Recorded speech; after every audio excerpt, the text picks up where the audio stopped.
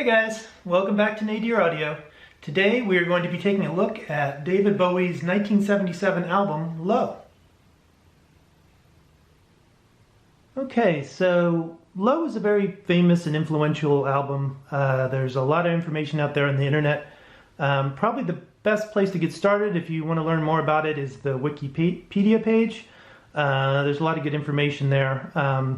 But basically, this was the first of the Berlin trilogy of albums that David Bowie did that were produced by Tony Visconti along with David Bowie, and I think on this one Brian Eno helped a little bit too. But it was really Bowie moving in a much different direction. So this album was recorded in 1976 and released in January 1977. I first discovered it sometime probably around 1979 or 1980. And I found it the way I found a lot of music that I got into back then, which was via the record collections of some of my friends' older brothers and sisters. So, you know, there was always this kind of resource we could go to discover new stuff. Now, I had certainly heard of David Bowie. I mean, he was famous even back then. Everybody had heard Space Oddity on the radio. You know, I had seen him in that famous Christmas special, so I knew who he was. But this album was a real surprise to me because it just sounded so much different than his earlier stuff. And it was just a very modern and sort of forward-looking album, I thought, at the time. So it was pretty influential to me early on. And, you know, I think it's held up pretty well. It still sounds pretty modern today. But, you know, I first heard it around that time, and then a little later, sometime in the 80s, I actually did buy it on vinyl. I had this, and I had Heroes on vinyl. And I had most of David Bowie's records at various points in the 80s. Actually, a lot of them just on cassettes. I think that at some point they had maybe, you know, overproduced David Bowie cassettes, because I remember in the 80s you could get a lot of them for $5 or $6. They were always on sale, so that's how I got a lot of his stuff.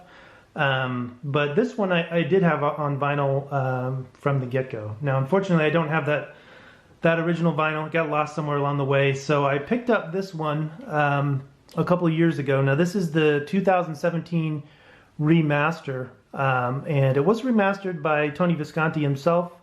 You know, a lot of times I'm wary of remasters, especially the ones from the, you know, late 90s, 2000s, where things tend to be over-compressed. But this is actually a very good remaster. Unfortunately, I don't have the original to compare it to, but this sounds really good.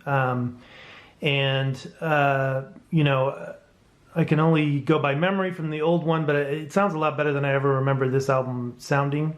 So listening to it here with the Sprout and the LS50s, you know, it has a pretty big and wide sound stage, and the instruments are pretty natural sounding, the ones that aren't electronic instruments. And even the electronic instruments just have a really kind of nice atmospheric sound. They sound very cool.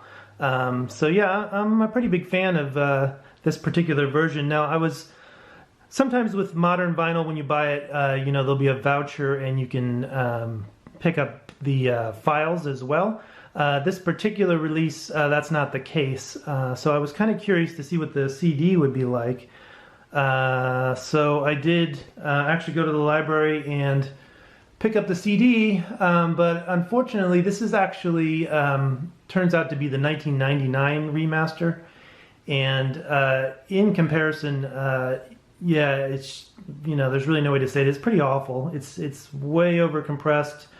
The sound stage is really shrunken. The instruments don't sound all that natural. It's really loud. I mean, you put it on and you immediately have to turn the volume down because it's so compressed. So, you know, if you're thinking of getting a copy, I would definitely, in my opinion, I would definitely avoid this 1999 remaster.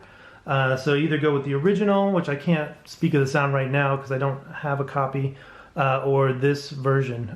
So this comes in a very nice jacket and has a real nice feel to it. Actually, the track listing here is a sticker. I don't know if there was a problem with the original printing or something, but it's kind of cool. It gives it a little bit of texture here.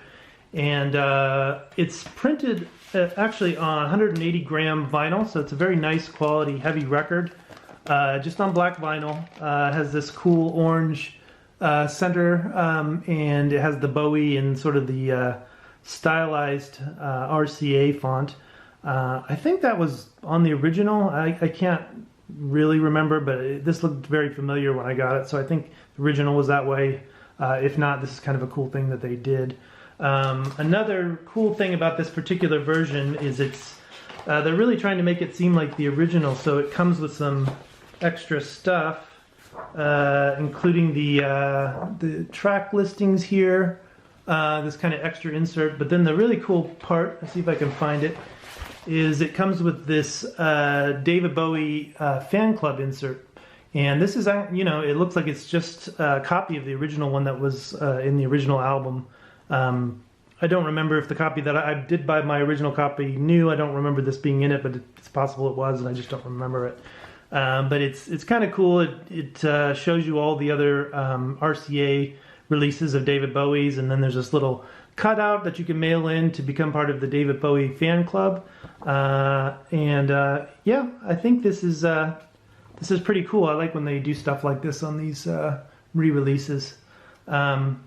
So yeah, that's it. I just wanted to, if you haven't checked out this album, you should definitely check it out. It's a real classic, and one of my favorite David Bowie albums for sure.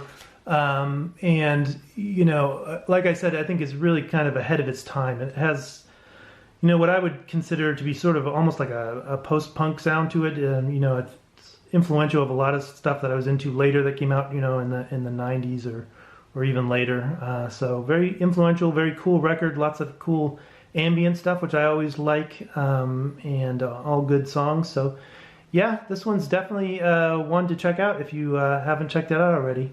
Okay, so that's it for this installment. But yeah, I'll be I've got a lot of vinyl, new and old, and I will be sharing this with you guys in future videos. So that's it for this one. I'll see you guys all in the next video.